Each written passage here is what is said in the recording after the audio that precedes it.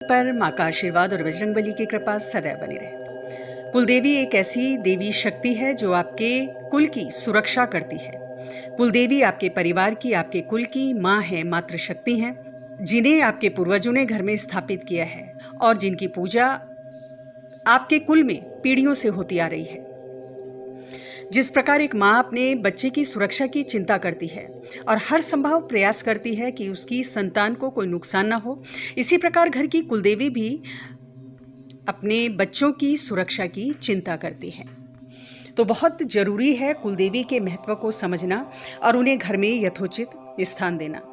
बिना कुलदेवी के पूजन के घर का कोई भी पूजन, कोई भी मांगलिक कार्य, धार्मिक अनुष्ठान सफल नहीं होता।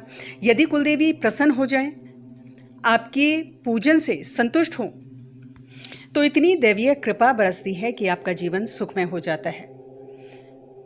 और जब कुल की देवी प्रसन्न होती है तो बहुत सारे संकेत, बहुत सारे लक्षण दिखाई देते हैं। इन्हीं लक्षणों के ऊपर आज हम बात करेंगे कि जब घर की कुलदेवी प्रसन्न होती हैं, उनकी कृपा बरसती है, तो क्या संकेत जीवन में दिखाई देते हैं। तो इसमें सबसे पहला है कि जो भी आप मांगलिक कार्य कर रहे हैं, कोई मंत्र जप कर रहे हैं या कोई भी परिवार में शुभ कार्य हो रहा है, साधनाएं आदि हो रही हैं, वो सब सफल हो जाती हैं।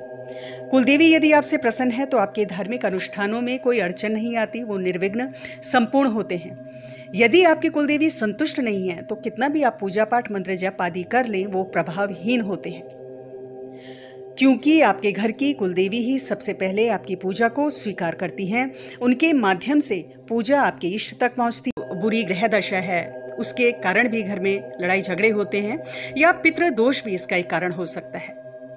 कुलदेवी की कृपा से, उनकी प्रसन्नता से ग्रह दोष शांत होते हैं, पितरों का आशीर्वाद प्राप्त होता है, और जो भी इस प्रकार के उपद्रव हैं, घर में लड़ाई झगड़ा है, कलेश है, ये शांत होते हैं। ग्रह दशा कितनी भी विपरीत हो तो उतना कष्ट नहीं देती, कष्ट कम हो जाते हैं और आप उन कठिन परिस्थितियों से बाहर आ जाते हैं। अगला लक्षण जानते हैं। कुल के देवी देवता सदैव आपका भला चाहते हैं, तो वो मार्गदर्शन आपको देते हैं, बहुत तरह से आपकी मदद करते हैं।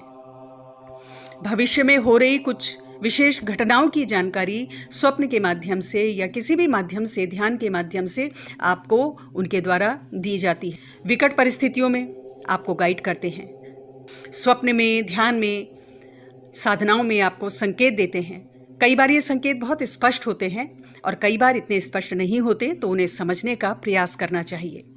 कई बार किसी विशेष भोग के लिए, किसी विशेष चढ़ावे के लिए वो आपको संकेत देते हैं।